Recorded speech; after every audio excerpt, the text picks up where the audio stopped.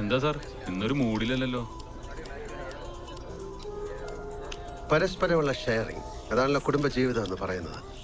അതെല്ലോ, ഒന്നിനും മറപാടില്ല, ആ ബന്ധം നിലനിൽക്കൂ. അപ്പൊ ഭർത്താവിനൊരു അസുഖം വന്നു, ഭാര്യ ഇത് അറിയണ്ടേ?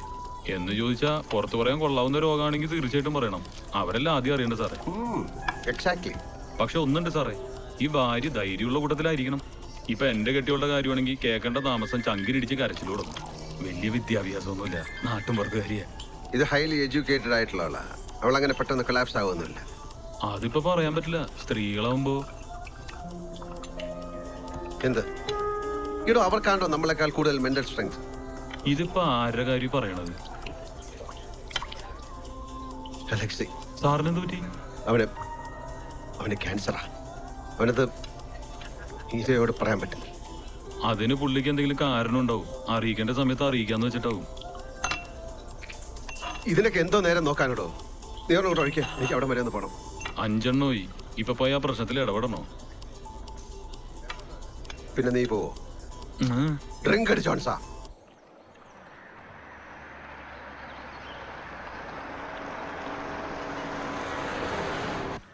അലക്സി എവിടെ? ഉണ്ട്, ഒരു ടൂർ ഓപ്പറേറ്റർ വന്നിരിക്കുന്നു. അയാളുമായിട്ടൊരു മീറ്റിംഗ്. വിളിക്കട്ടെ? വേണ്ട വേണ്ട. ഈ ടൂർ ഓപ്പറേറ്റർമാര് സായിപ്പന്മാരെ കൊണ്ട് ഇറക്കി തരുന്നുണ്ടല്ലേ. ഇപ്പൊ ഡോളറിലായിരിക്കും അലക്സി ചായന്റെ കച്ചവടം. അത് UK എന്നുള്ളൊരു ഗ്രൂപ്പിന് വേണ്ടിയാ.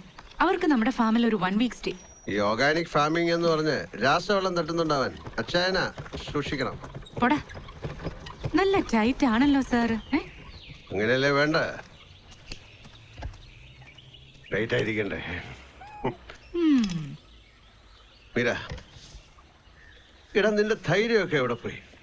നീ വളരെ ഫ്രജൈൽ ആണെന്നാണ് അലക്സിയുടെ വിചാരം. അവന്റെ തെറ്റല്ല, ഒരുപാട് അവൻ സ്നേഹിക്കുന്നുണ്ട് എന്നെ. അതിന്റെ ഒരു ഓവർ പ്രൊട്ടക്റ്റീവ്നെസ് ആണ്. 7 വർഷം മുമ്പ് എന്നോട് അവസാനമായി പിണങ്ങി നമ്മുടെ മകനെയും കൂട്ടി ഒരു പാതിലേക്ക് ബാന്ദ്രയിലെ ഫ്ലാറ്റിൽ നിന്ന് ഒരു സ്റ്റേൺ ഗുഡ് ബൈയും അടിച്ചൊരു ടാക്സി കയറിപ്പോയി. നീ ഉണ്ടല്ലോ, നിന്റെ ഗട്സ് അതെവിടെ പോയി? അതൊന്നും എവിടെയും പോയിട്ടില്ല. അതിലും ഇരട്ടി കോൺഫിഡൻസിലും സെക്യൂരിറ്റിയിലുമാണ് ഞാൻ എന്നും ജീവിക്കുന്നത്. പിന്നെ എന്തിനാ നിന്നോട് ഒളിച്ചു വെക്കുന്നു? നീ അതറിയേണ്ടതല്ലേ മീര. ഒരു കാര്യം ഞാൻ പറയാം, ഏത് ടെർമിനൽ രോഗമാവട്ടെ, ഭാര്യയ്ക്കോ ഭർത്താവിനോ ആർക്കോ ആവട്ടെ, അവർ ഒരുമിച്ചല്ല അതിനോട് ഫൈറ്റ് ചെയ്യണ്ട.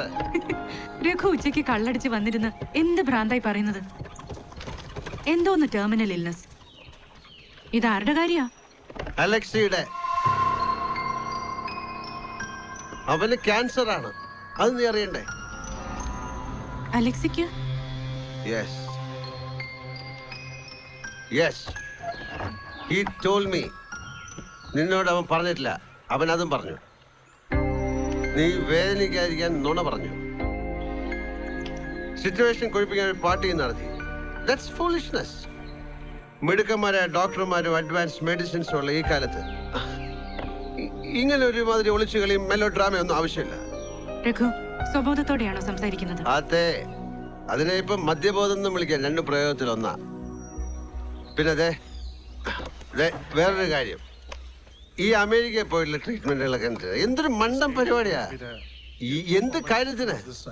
നമുക്കിന്ന് കേരളത്തിൽ കിട്ടാത്ത ഒന്നും ആ പന്ന നാട്ടിൽ കിട്ടില്ല.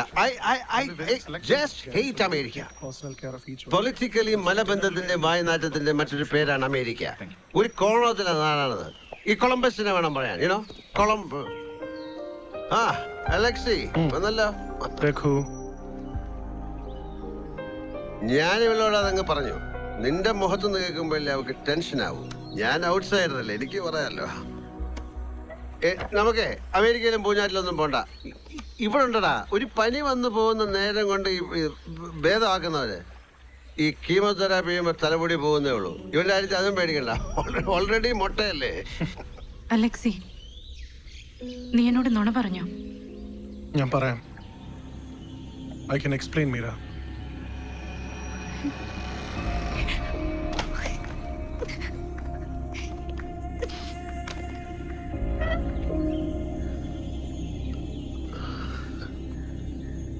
ഇപ്പൊ ടെൻഷനൊക്കെ മാറിയല്ലോ. അവക്കിപ്പോ കാര്യം അറിയാം. ഞാൻ പറഞ്ഞാൽ മറക്കണ്ട, അമേരിക്ക യാത്ര പറഞ്ഞാൽ നമ്മൾ ഇത് ഇവിടെ തന്നെ ട്രീറ്റ് ചെയ്യുന്നെന്താ. ഇനി വല്ലതും സംഭവിച്ചാൽ തന്നെ അത് ഇവിടെ വെച്ചാകുന്നത് അപ്പോഴും നല്ലത്. Thank you so much. Let me sort this out. ഇനി എന്ത് സോർട്ട് ഔട്ട്? ഞാൻ പിള്ളേരോട് ഡ്രിങ്ക് ഫിക്സ് ചെയ്യാൻ പോകാം. Will you please leave now, Raghu? ആ വാചകം എമോഷണലി കറക്റ്റ് അല്ല. യു ഷുഡ് സേ ജസ്റ്റ് മാൻ എന്ന് വെച്ചാൽ ഇറങ്ങി പോടാ. നീ പോയി നിന്റെ കെട്ടികളുമായിട്ട് ക്യാൻസറിന്റെ മെല്ലോ ഡ്രാമ കളിക്കുക. Cancer? What is this cancer, man?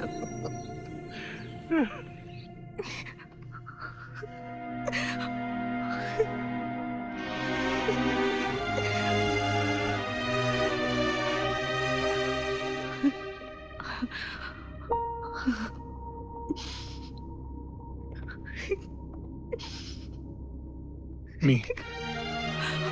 Meera. Why did you do this?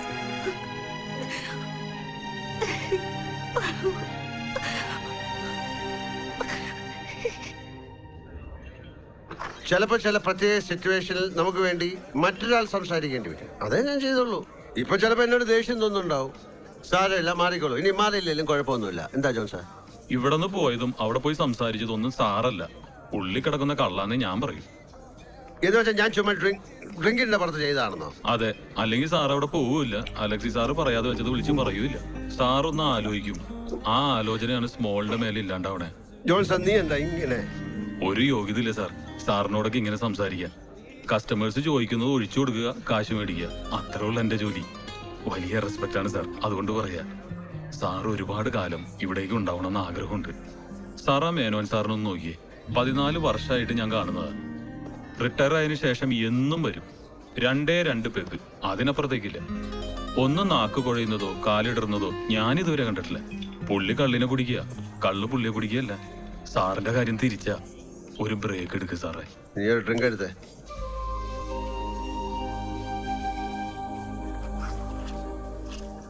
രാവിലെ തൊട്ട് രാത്രി വരെയുള്ള സമയം ഏതാണ്ട് 10-14 പെഗ്ഗെങ്കിലും ഉള്ളിലെത്തുന്നുണ്ട്. ഇതിങ്ങനെ എത്ര കാലം പോകും സാറേ?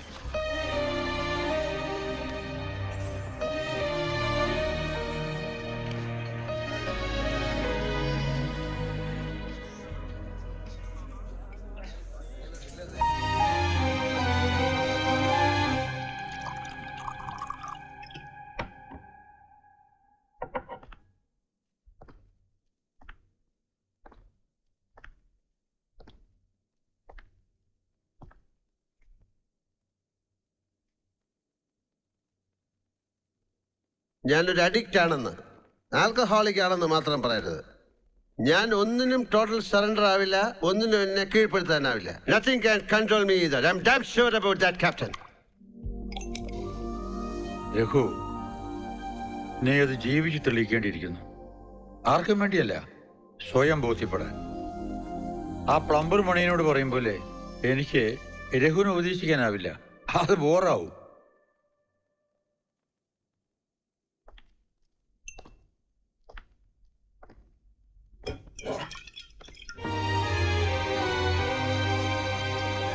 സോ ഞാനൊരു ആൽക്കഹോളിക് ആണെന്ന് ക്യാപ്റ്റൻ പറയും. നീ അറിയുന്നില്ലെങ്കിലും ചുറ്റുപാടുള്ള ലോകം പറയാൻ തുടങ്ങിയിട്ട് ഒരുപാടായി. അറിയാഞ്ഞിട്ടല്ല, പറയാതിരിക്കാൻ ശ്രമിച്ചതാണ് ഞാൻ. Raghu, you are an alcoholic.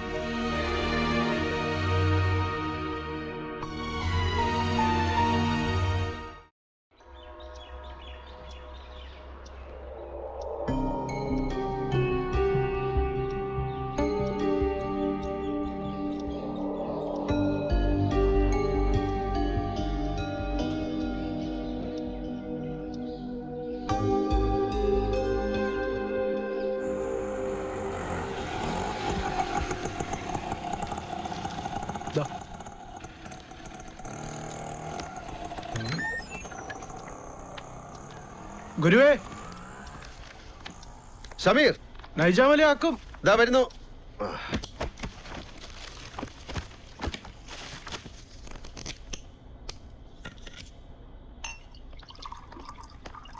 ഈടാ, നീ ഏതോ ഹോസ്പിറ്റൽ അത്യാസന്ന ഫോമിൽ കിടക്കുകയാണെന്നാണല്ലോ കേട്ടത്. അവര് വിട്ടതോ നീ ചാടിയതോ?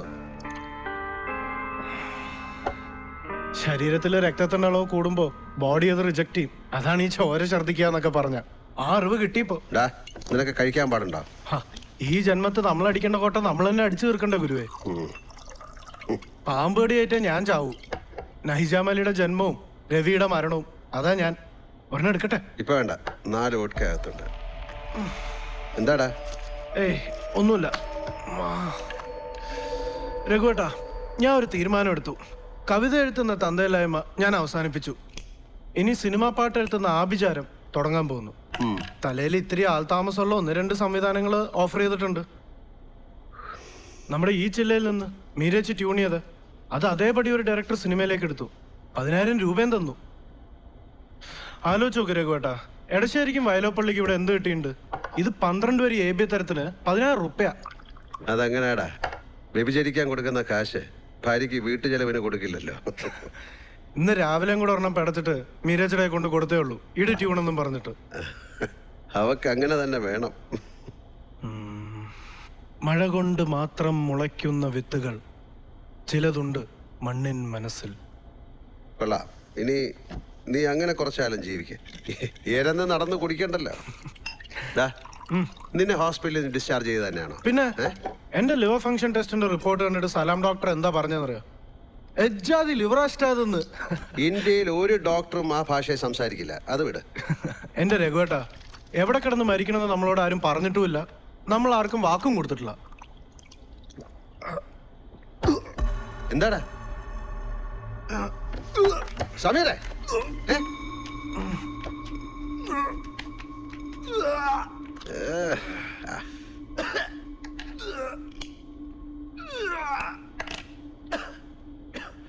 Sameer, are you all right? Sameer, എന്താടാ? ഏയ് ഒന്നുമില്ല, തൊണ്ട പൊട്ടിയന്റെ ഒരു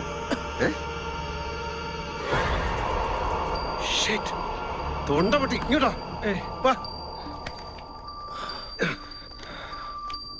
ബ്ലഡിന്റെ അളവ് കൂടുമ്പോ ബോഡി റിജക്ട് ചെയ്യും അല്ലേ? സമീറേ, സമീറേ,